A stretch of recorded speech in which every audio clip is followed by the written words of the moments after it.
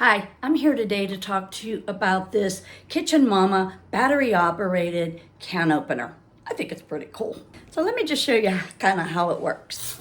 I like to remove the paper before I start.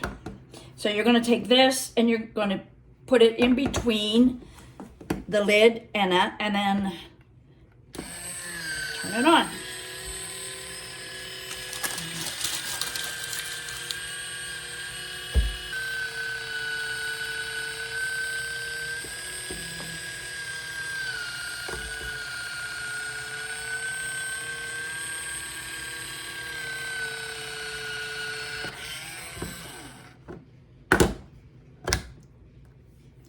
And there you have it.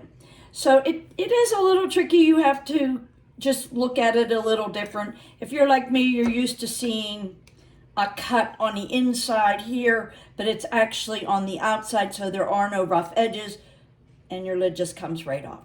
It does work a lot easier if you take the paper off. This is a little nifty device that is going to help save my hand, and that is just my honest opinion.